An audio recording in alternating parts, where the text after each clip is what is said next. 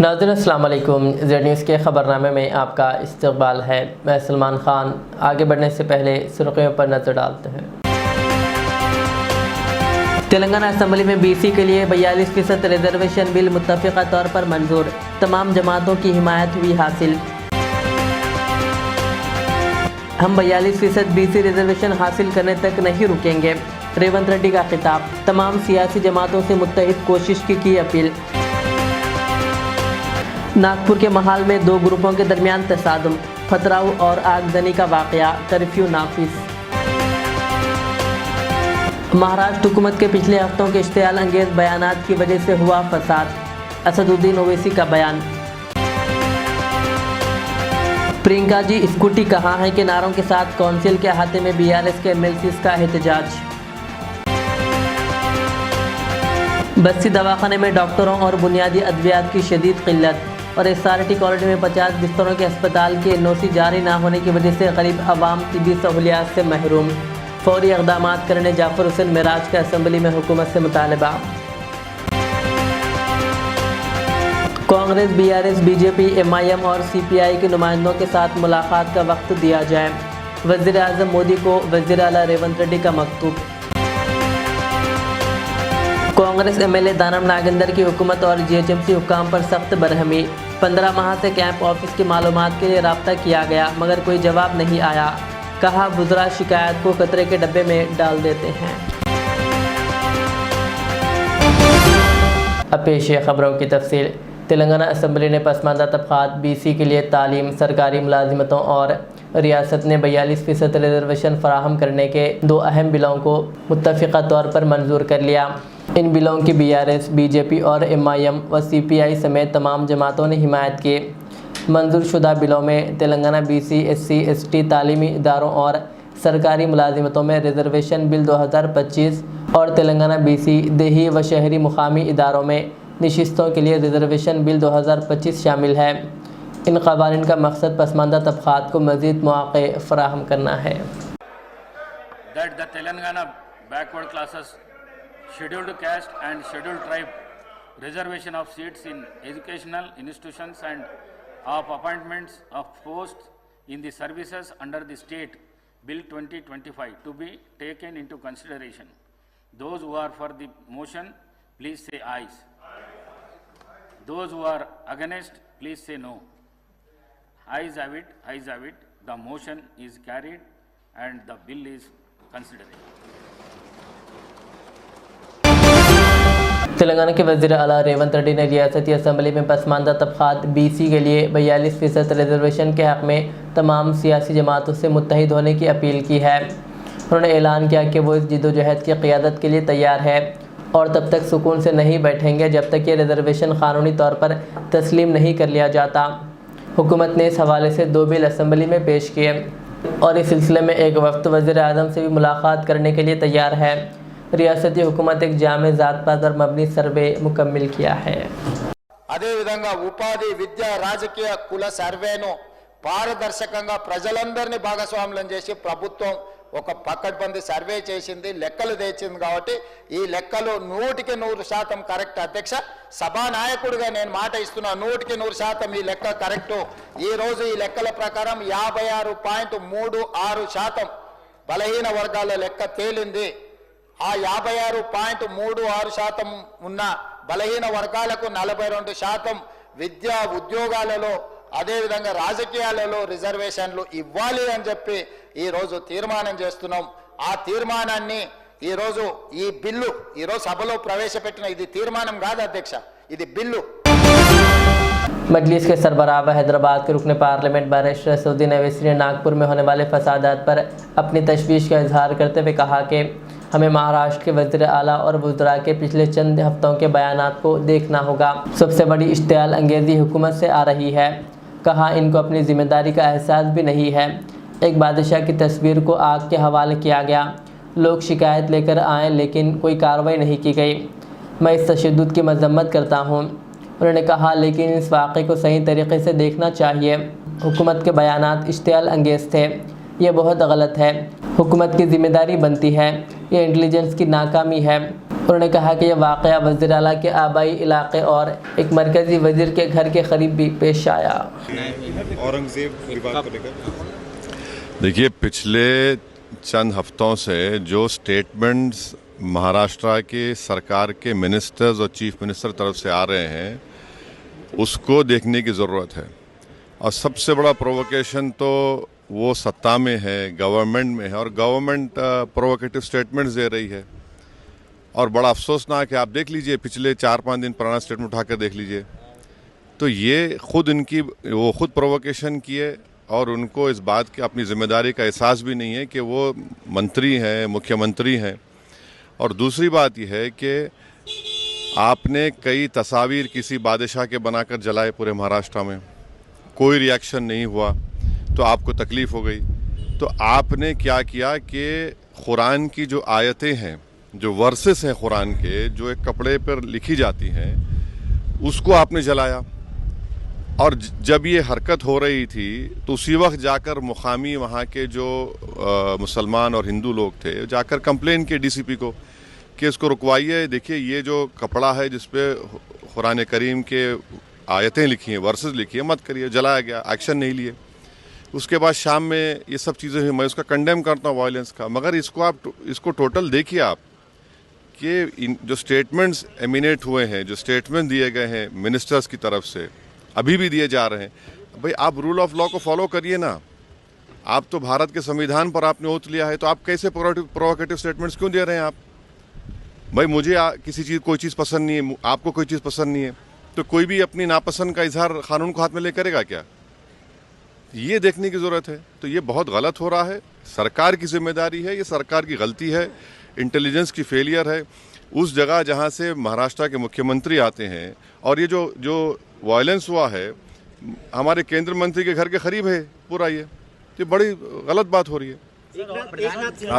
अब हो गया।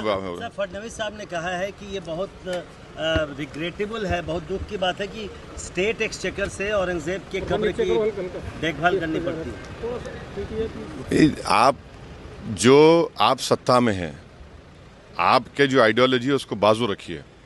आपकी आइडियोलॉजी होने चाहिए भारत का कॉन्स्टिट्यूशन और रूल ऑफ लॉ को अपहोल्ड करना। 6 दिसंबर 1992 को क्या हुआ, और उसके बाद सुप्रीम कोर्ट ने उसको एग्रीगियस एक्ट कहा है। तो आप देख लीजिए, हुकूमत आपकी है, मंत्री आप हैं, रूल ऑफ लॉ आपको फॉलो करना है। बीआरएस के एमएलसीज ने काउंसिल के हाथे में के कविता की क़ियादत में अनोखा एहतजाज किया, जिसमें स्कूटी प्लेकार्ड दिखाए गए और प्रियंका गांधी से सवाल किया गया कि तेलंगाना की 18 साल लड़कियों के लिए फ्री इलेक्ट्रिक स्कूटी देने का वादा कब पूरा होगा। इस मौके पर एमएलसी के कविता ने प्रियंका गांधी पर तनकीद करते हुए सवाल किया कि 18 साल लड़कियों के लिए स्कूटियां कहां हैं। के कविता ने इस एहतजाज में कांग्रेस की जानिब से किए गए वादों की अदम तकमील पर सवाल उठाए और कहा कि तेलंगाना की बेटियों के साथ धोखा किया गया। प्रियंका जी स्कूटी कहां है? प्रियंका जी स्कूटी कहां है? प्रियंका जी स्कूटी कहां है? प्रियंका जी स्कूटी कहां है? प्रियंका जी स्कूटी कहां है? प्रियंका जी स्कूटी कहां है? प्रियंका जी स्कूटी कहां है? प्रियंका जी स्कूटी कहां है? ఆడపిల్లలకు వెంటనే స్కూటీ ఇవ్వాలి, ఆడపిల్లలకు వెంటనే స్కూటీ ఇవ్వాలి, ఆడపిల్లలకు వెంటనే స్కూటీ ఇవ్వాలి। प्रियंका जी स्कूटी कहां है? प्रियंका जी स्कूटी कहां है? प्रियंका जी स्कूटी कहां है? प्रियंका जी स्कूटी कहां है? प्रियंका जी स्कूटी कहां है? प्रियंका जी। ఇవాళ కాంగ్రెస్ పార్టీ అధికారంలోకి రావడానికి అనేకమైనటువంటి మాటలు చెప్పినటువంటి సందర్భాన్ని మనం గుర్తు తెచ్చుకోవాలి। అధికారంలోకి వచ్చి 15 నెలలైంది। 15 నెలల్లో 1,50,000 కోట్ల అప్పులు తెచ్చారు, కానీ ఆడపిల్లలకు ఇచ్చిన ఏ ఒక్క వాగ్దానాన్ని కూడా పూర్తి చేయడం లేదు। నిన్ననేమో తులం బంగారం ఇయ్యమని చెప్పినారు। ఇవాళ మేము బీఆర్ఎస్ పార్టీ పక్షాన డిమాండ్ చేస్తూ ఉన్నాం, మీరు చదువుకునేటటువంటి ఆడపిల్లలు 18 సంవత్సరాలు నిండినటువంటి ప్రతి ఒక్కరికి స్కూటీలు ఇస్తామని చెప్పారు, కానీ ఆ విషయంలో ఇంతవరకు కనీసం రివ్యూ కూడా చేయకపోవడం చాలా దారుణం। ఆర్టీసీ బస్సులు ఇచ్చి స్కూటీలు ఎగ్గొట్టాలని చూస్తే మాత్రం ఊరుకునేదే లేదు। ఇక్కడ మీ మాట నమ్మరని చెప్పి మీరు ప్రియాంక గాంధీ గారిని తీసుకొచ్చి స్కూటీలు ఇస్తామనేటటువంటి వాగ్దానం చేసినారు। So that is why we are questioning Priyanka ji, it has been 15 months of your government. Where are the scooties for the young girls? This is a question today in the minds of every person, and they are also writing postcards to Priyanka ji. So we demand that this scooty should be immediately delivered to the young girls of Telangana. Thank you. Jai Telangana. Yakutpura के मजलिस रुकन assembly Jafar Hussain Meraj ने assembly में कहा कि बस्ती दवाखाना में डॉक्टरों और बुनियादी अद्वियात की शदीद किल्लत है। वायरल बुखार, खांसी, बीपी, शुगर और थायराइड की दवाएं दस्तियाब नहीं है, जबकि ब्लड टेस्ट की सहूलत भी बंद हो चुकी है। उन्होंने हुकूमत से मुतालबा किया कि फ़ौरी तौर पर इन मसाइल को हल किया जाए ताकि गरीब आवाम को बेहतर इलाज मिल सके। उन्होंने मज़ीद कहा कि याकुतपुरा SRT कॉलोनी में 50 बिस्तरों पर मुश्तमिल अस्पताल की मंजूरी के बावजूद NOC जारी नहीं की जा रही है। GHMC और हाउसिंग बोर्ड के दरमियान मामला उलझा हुआ है, जिससे अस्पताल की तामीर रुकी हुई है। उन्होंने हुकूमत से अपील की है कि जल्द अज जल्द NOC जारी की जाए ताकि आवाम को तिब्बी सहूलतें मैसर हो सके। ऑनरेबल स्पीकर सर, आपका बहुत बहुत शुक्रिया मुझे ये मौका देने पे। सब मेरा सीधा सवाल हेल्थ मिनिस्टर साहब से है। साहब, बस्ती दवाखाने जितने भी शहर हैदराबाद में चल रहे हैं, ख़ास तौर से मेरी कॉन्स्टिट्यूंसी के अंदर सर, जहां पर आज की तारीख में कई हॉस्पिटल्स में डॉक्टर्स अवेलेबल नहीं है सर। डॉक्टर्स अगर अवेलेबल नहीं है तो आप अंदाज़ा लगाइए कि बस्ती दवाखाने का मतलब क्या है। अगर कोई आदमी पेशेंट जाएगा तो बताएगा किसको सर, ये आप सोचिए सर, जिसके लिए बस्ती दवाखाने में डॉक्टर्स होना जरूरी है सर। सर, और एक चीज, बेसिक मेडिसिन, जैसा आज वायरल फीवर चल रहा सर, काफ चल रहा, ऐसे बेसिक मेडिसिन भी अवेलेबल नहीं है सर। और इसके अलावा बीपी, शुगर, थायराइड्स का जो मेडिसिन होते सर, वो भी अवेलेबल नहीं है सर। तो मैं आपके जरिए से मिनिस्टर साहब से एक रिक्वेस्ट करना चाहता हूं साहब कि इसके ऊपर तवज्जो देने की जरूरत है। इसके साथ साथ ब्लड टेस्ट होता था साहब, सैंपल्स लेकर भिजा के टेस्ट करते थे सर। आज गरीबा परेशान है सर, आप खुद जान सकते हैं साहब। इसके अलावा एक मेन अहम सर, एक हमारे पास Yakutpura assembly constituency SRT colony में एक 50 बेडेड हॉस्पिटल सैंक्शन हो के सर, पिछले हम 1.5 साल से रिक्वेस्ट कर रहे हैं सर, जो लैंड है वो ओपन लैंड NOC के लिए रिक्वेस्ट कर रहे हैं सर। हमारे पार्टी के फ्लोर लीडर अकबरुद्दीन अवैसी साहब भी इसी ऐवान में ठहर के बताए थे कि साहब NOC दे दीजिए, एक हॉस्पिटल बन जाएगा तो गरीबों का फायदा होगा सर। मगर आज तक NOC देने के लिए GHMC कहती है कि SRT कॉलोनी हाउसिंग बोर्ड की कॉलोनी थी जो लेआउट हुई थी सर। ओपन स्पेस एमिनिटीज के लिए जब रखा जाता है, हॉस्पिटल, शॉपिंग, हर चीज के लिए सर, तो वो ओपन स्पेस की जो NOC देना है, चाहे वो हाउसिंग बोर्ड दो या GHMC दो सर। जहां तक मेरी नॉलेज है सर, GHMC हाउसिंग बोर्ड नहीं देता, GHMC देना चाहिए, मगर पता नहीं पासिंग द पार्सल क्यों कर रहे हैं, ये मुझे नहीं मालूम सर। मैं आपके जरिए से हुकूमत से फिर एक मर्तबा रिक्वेस्ट करना चाहता हूं सर, वो NOC दे दीजिए सर। हमारे पार्टी के फ्लोर लीडर कई बार बोले, मैं खुद भी कई बार रिप्रेजेंटेशन किया सर, NOC दे दीजिए। और बाकी जो डिमांड्स मैं उठाया हूं सर, बस्ती दवाखाना में डॉक्टर, मेडिसिन, सब चीज सप्लाई करिए सर। बहुत बहुत शुक्रिया आपका। స్పీకర్ సార్, గౌరవ సభ్యులు చెప్పింది బస్తి దవాఖానే కానీ, బేసిక్ మెడిసిన్స్ కానీ, బ్లడ్ టెస్టే కానీ, యాకత్పుర సంబంధించిన 50 బెడెడ్ హాస్పిటల్ కానీ, ఇవన్నీ నోట్ చేసుకున్నాం అధ్యక్ష. Will take appropriate action. Yashaswini Reddy గారు.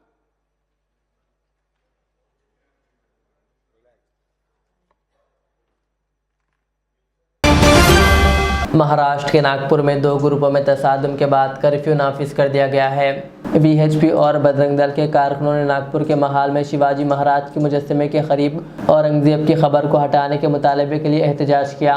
इस दौरान 2 ग्रुपों के दरमियान शदीद तशद्दुद हुआ, जिसमें गाड़ियों को आग लगा दी गई और पथराव किया गया, जिससे मुकामी अफराद में खौफ का वायरस फैल गया।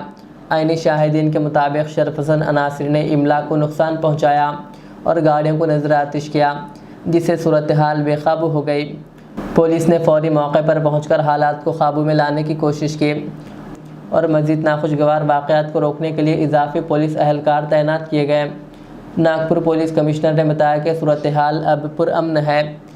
FIR दर्ज करके मुतालिका अफराद के ख़िलाफ़ कार्रवाई की जा रही है और पुलिस तलाशी ऑपरेशन चला रही है। कम से कम 20 से 25 अफराद को गिरफ़्तार किया जा चुका है।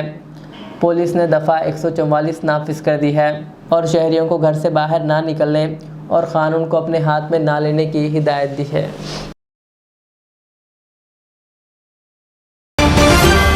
तेलंगाना के वज़ीर आला रेवंत रेड्डी ने वज़ीर आज़म से मुलाकात के लिए पीर के रोज़ एक मकतूब रवाना किया है। उन्होंने दरख्वास्त की है कि इन्हें तेलंगाना में कांग्रेस, PRS, BJP, MIM और CPI के नुमाइंदों के साथ मुलाकात का वक्त दिया जाए। वज़ीर आला रेवंत रेड्डी ने अपने मकतूब में जिक्र किया कि रियासती असम्बली ने BC रिजर्वेशन में इजाफे के बिल को मंजूरी दे दी है। उन्होंने मरकज़ से दरख्वास्त की है कि वो इस बिल की हिमायत करें। वाज़ेह है कि तेलंगाना असम्बली ने पीर के रोज़ 2 बिल्स को मंजूरी दे दी है, जिसके तहत रियासत में तालीम, मुलाजिमतों और मुकामी इदारों में BC तबक़ात के लिए 42% रिजर्वेशन फराहम किया जाएगा। तेलंगाना असम्बली के बाहर उस वक्त कशीदगी पाई गई जब BJYM के कारकुनों ने गच्चीबौली में 400 एकड़ ज़मीन की नीलामी के ख़िलाफ़ एहतजाज किया। इस दौरान पुलिस ने BJP के MLA महेश रेड्डी को गिरफ़्तार कर लिया, क्योंकि उन्होंने BJYM के कारकुनों के एहतजाज में एकजहती का इजहार किया था। महेश रेड्डी को इसलिए गिरफ़्तार किया गया ताकि वहाँ अमन व अमान की सूरत हाल ख़राब ना हो। दूसरी जानिब हैदरा के मुतासरीन ने इंसाफ के मुतालबे के लिए नारेबाजी की। साबिक़ा सरपंचों ने भी असम्बली के सामने एहतजाज किया और हुकूमत पर दबाव डालने की कोशिश की ताकि इनके पेंडिंग बिल्स की अदायगी की जाए।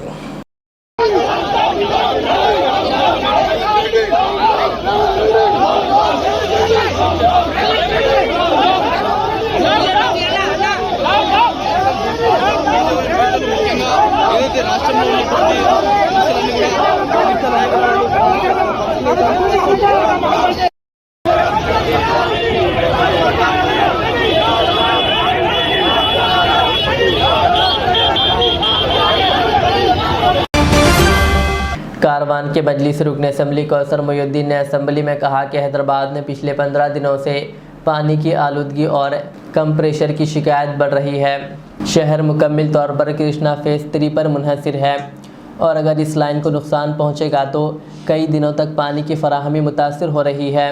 ख़ास तौर पर कारवान के शेखपेट, बोजागुट्टा, अल्लाह बंडा, मीरालम और संतोष नगर में पानी की शदीद किल्लत है, जिससे रमज़ान में आवाम को मुश्किलात पेश आ रही है। उन्होंने मज़ीद कहा कि शहर में मच्छरों की तादाद ख़तरनाक हद तक बढ़ चुकी है, जिसके बायस मलेरिया और डेंगू जैसे अमराज फैल रहे हैं। उन्होंने हुकूमत को फौरी इक़दाम करने का मुतालबा किया ताकि आवाम को सेहत के मसाइल से बचाया जा सके।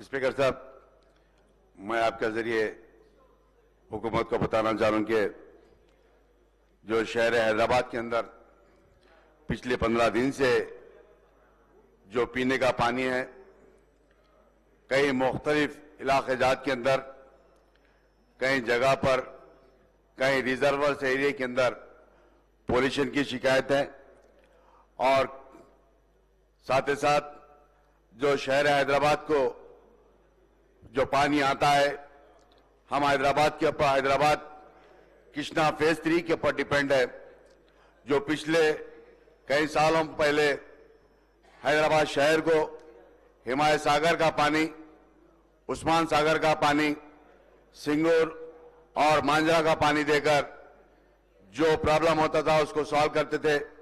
मगर आज पिछले कई सालों से हम हैदराबाद शहर के अंदर कृष्णा फेज़ 3 के ऊपर डिपेंड है।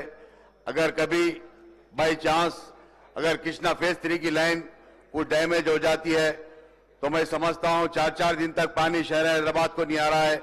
और खास तौर से मैं आपके जरिए हुकूमत को यह बताना चाह रहा हूं कि हैदराबाद शहर के अंदर चाहे वो मेरा हल्के कारवान का शेखपेट रिजर्वर हो या बोजागुट्टा हो या अल्लाह बंडा हो या मीरालम का रिजर्वर हो या संतोष नगर हो या दिगर जो भी शहर हैदराबाद के अंदर जो रिजर्वर्स है, वो रिजर्वर्स के अंदर जो कृष्णा फेज़ 3 का जो पानी आता है, मैं समझता हूं मेरे हल्के कारवान के अंदर जो अल्लाह बंडा या बोजागुट्टा शेखपेट हाई लेवल के अंदर 2200 से 2500 जो जिसका फ्लो रीडिंग आता है, वो अगर आया तो मैं समझता हूं जो लो प्रेशर की शिकायत है वो दूर हो सकती है।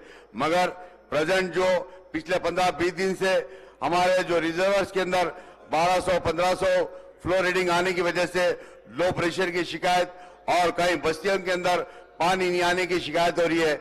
अभी आप देख रहे होंगे पिछले 15 रमजान, आज रमजान का महीना चल रहा है, 15 रमजान हो चुकी है, ये तमाम के तमाम महकमे वाटवर्स को तमाम डेली कंप्लेंट दे रहे हैं, मगर इसके ऊपर कोई एक्शन लेना जा रहा है। मैं आपके जरिए हुकूमत को ये बताना चाह रहा हूं कि और कई ऐसे इलाके जहां थे जो पॉल्यूशन की वजह से वो मंजूर भी नहीं हो रहे, उसके लिए मंजूर करने के लिए पॉल्यूशन वाटर लाइन को रिमॉडलिंग करने के लिए जरूरत है। आपके जरिए हुकूमत को बताना चाह रहा हूं। और स्पीकर साहब, मैं आपके जरिए ये भी बताना चाह रहा हूं कि पिछले कई महीनों से शहर हैदराबाद के अंदर जो मच्छर की तादाद बढ़ चुकी है, जिसकी वजह से कई प्राइवेट हॉस्पिटल मच्छर की वजह से, मलेरिया डेंगू जैसे बीमारी की वजह से प्राइवेट हॉस्पिटल फुल हो चुके हैं। इसके ऊपर भी जो GHMC department, entomology department take up करता है, मगर ये कई दिनों से इसकी लापरवाही की वजह से मच्छर की तादाद हैदराबाद शहर के अंदर बढ़ चुकी है। जैसा कि मेरे इलाके के अंदर चाहे वो शातम तालाब हो या गोलकुंडे का कटोरा हो दो या लंगर उर्दा पार्क हो या मूसी रिवर हो या जियागुड़ा कमेला हो, जिसकी वजह से मच्छर की तादाद बढ़ चुकी है। मैं आपके जरिए हुकूमत को बताना चाहूँ। అధ్యక్ష గౌరవ సభ్యులు చెప్పింది నోట్ చేసుకోవడం జరిగింది అధ్యక్ష। శ్రీమతి కోవాలక్ష్మి గారు। सीपीआई के सीनियर क़ायद व साबिक़ा एमएलए जी नरसैया ने मंगल के रोज़ तेलंगाना असम्बली में वज़ीर आला रेवंत रेड्डी से मुलाकात की। इस मुलाकात का मकसद दोनों क़ायदीन के दरमियान सियासी उमूर पर बातचीत करना था। ताहम यह मुलाकात इसलिए अहम थी क्योंकि चंद हफ्ते कबल नरसैया ने वज़ीर आला रेवंत रेड्डी से मुलाकात के लिए कई बार कोशिशें की थी, लेकिन इन्हें मुलाकात का वक्त नहीं मिल सका और कहा था कि इन्होंने वज़ीर आला से मिलने के लिए कई बार अपॉइंटमेंट की दरख्वास्त दी, मगर कोई जवाब नहीं आया। इसके अलावा वो वज़ीर आला की रिहाइशगाह पर भी पहुंचे थे, लेकिन अमले ने इन्हें दरवाजे पर रोक दिया था।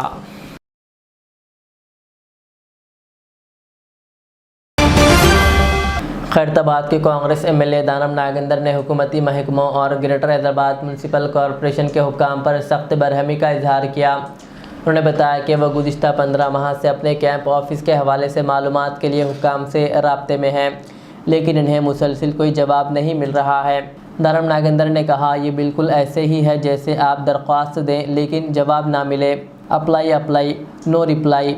वुज़रा मेरी शिकायत को नोट करते हैं और फिर नुमाइंदगी को कचरे के डब्बे में डाल देते हैं।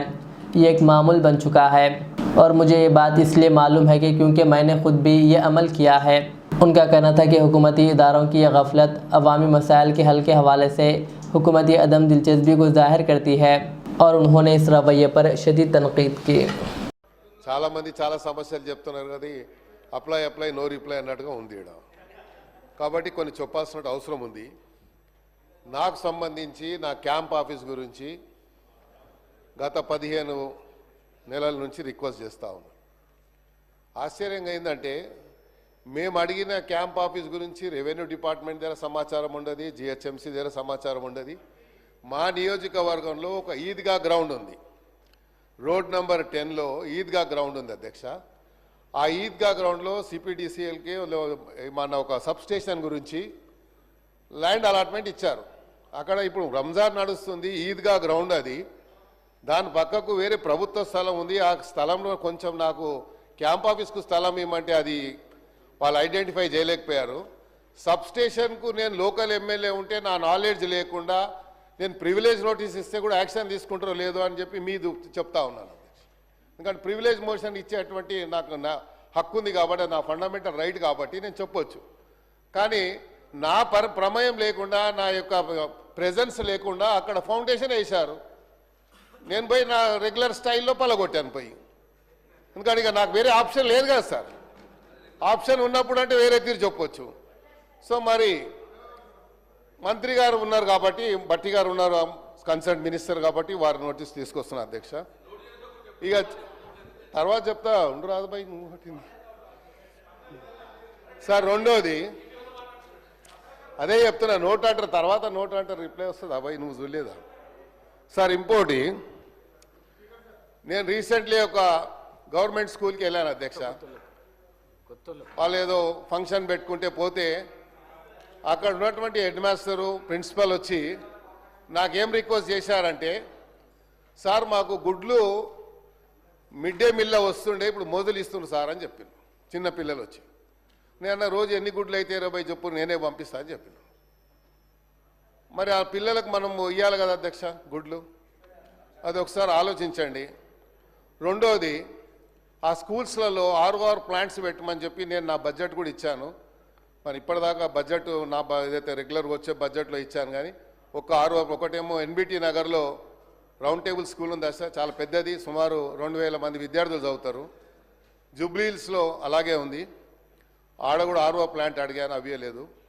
ఇంకోటి, ఇది చాలా ప్రధానమైనటువంటి సమస్య కాబట్టి ఇమీడియట్గా యాక్షన్ తీసుకోవాలి. నోట్ అనేది అది రెగ్యులర్ ప్రాక్టీస్ అధ్యక్ష. నోట్ అంటే మాకు తెలుసు, నేను కూడా మంత్రిగా పనిచేశాను. నోట్ చేసుకుంటాం అంటాం, బయటికి పోయిన తర్వాత అది డస్ట్బిన్లో వేస్తాం ఆ పేపర్ తీసుకుపోయి. ఇది రెగ్యులర్ ప్రాక్టీస్ కాబట్టి నేను చేశాను కాబట్టి చెప్తున్నా అధ్యక్ష. నేను వాళ్ళని ఎవరిని బ్లేమ్ చేస్తలేను. ఇప్పుడు నాకు ఎవరు చెప్పాల్సిన అవసరం లేదు, నాకు తెలుసు ఏం మాట్లాడాలో. అందరికంటే సీనియర్ ఎమ్మెల్యే నేను సార్. ఇంకోటి, ఈడబ్ల్యూఎస్ కాలనీ, నేను మినిస్టర్ ఉన్నప్పుడు ఫౌండేషన్ నుంచి కాలనీ కట్టించాను.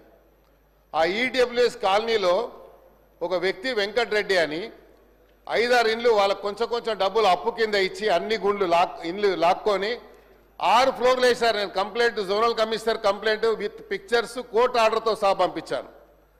ఈరోజు వచ్చే ముందు ఎంఆర్ఓ గారికి, తహసీల్దార్ గారికి, అదేవిధంగా డీసీ గారికి పంపించాను. యాక్షన్ తీసుకుంటలేరు. ఈడబ్ల్యూఎస్ కాలనీ, అది పర్మిషన్ ఎలా వచ్చింది? ఇక్కడ కిట్టుకు ఏంటంటే మా దగ్గర ఉన్న టౌన్ ప్లానింగ్ ఏసీపీ చిన్న పేపర్స్ పెట్టుకున్నారు. మొన్న ముఖ్యమంత్రి గారు చెప్పారు వారి కన్సర్న్తో. అలాంటి వాళ్ళు ఏం చేస్తారు, వాడే సొంతగా స్క్రీన్ ప్రింటర్ దగ్గరకు పోయి పేపర్ తీసి ఇక్కడ ఇల్లీగల్గా కన్స్ట్రక్షన్ ఫోటో తీసి అది సీసీపీకి ఒకటి, ఏసీపీకి ఒకటి పంపిస్తాడు.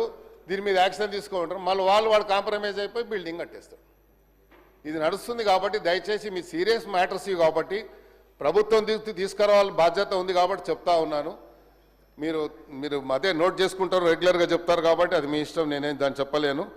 కాబట్టి ఇలాంటి ఎవరైతే IJFF सऊदी अरब चैप्टर के ज़रिए एहतमाम रियाद में वाक़ एक होटल में फ़ोरम की जर्नलिस्ट डायरी 2025 की रस्म इजराई अमल में आई। इस तकरीब की सदारत सदर चैप्टर डॉक्टर मोहम्मद अशरफ अली ने की, जबकि मेहमान ख़ुसूसी की हैसियत से doctor Shaukat Parvez, principal Ilyasmin international school Riyadh ने शिरकत की और ख़िताब भी किया। Doctor Idris Ahmed, managing director Alshifa clinic, Ghulam Mohammad Khan, सदर Rajasthan community welfare association Riyadh और मोहम्मद अब्दुल जब्बार, सदर ग्लोबल तेलंगाना फोरम, इस तकरीब में मेहमान एजाज़ी के तौर पर शरीक थे। IJFF के ऐसे चैप्टर सदर डॉक्टर अशरफ अली ने मेहमानों और शुरका का खैर मकदम किया। मेहमानों के अलावा मिर्ज़ा ज़हीर बेग, सरपरस्त Ahmed Ali memorial educational society Hyderabad के अलावा दीगर ने तकरीब से खिताब किया। निज़ामत के फ़राइज़ को कोऑर्डिनेटर फ़ोरम नईम अब्दुल क़य्यूम ने अदा किए, जबकि मोहम्मद इस्माइल हुसैन आमिर को कोऑर्डिनेटर ने हदिया तशक्कुर अदा किया। इस तकरीब में IJFF और AIUS के ज़िम्मेदारान के अलावा रियाद सऊदी अरब की मुअज़्ज़िज़ शख्सियात ने शिरकत की।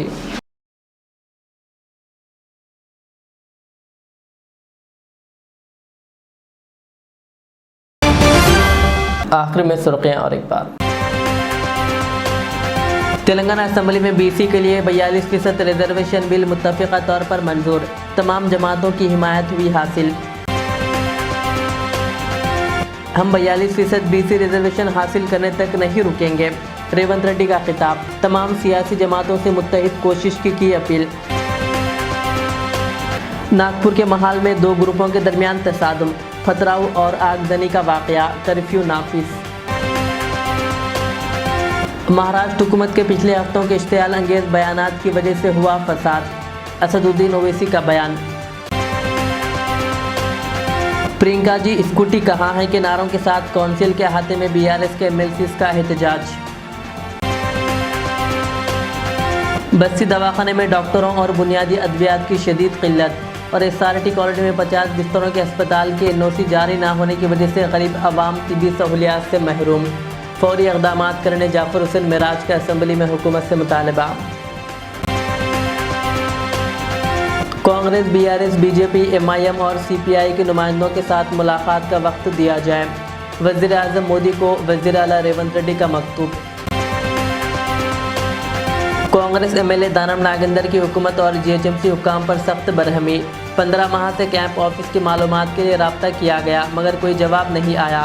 कहा बुज़ुर्ग शिकायत को कचरे के डब्बे में डाल देते हैं। ये थी आज की दिन भर की हमारी खबरें। मुझे इजाज़त दीजिए। हमारे इस चैनल को यूट्यूब पर सब्सक्राइब, फेसबुक पर लाइक शेयर ज़रूर करें। अल्लाह हाफिज़। Modern trends readymade menswear collection पेश करते हैं आपके लिए आला अक़साम व मियारी मलबूसात। हमारे यहाँ formal party wear jeans, T shirt और ट्रैक पैंट्स के वसी वैरायटीज दस्तयाब है।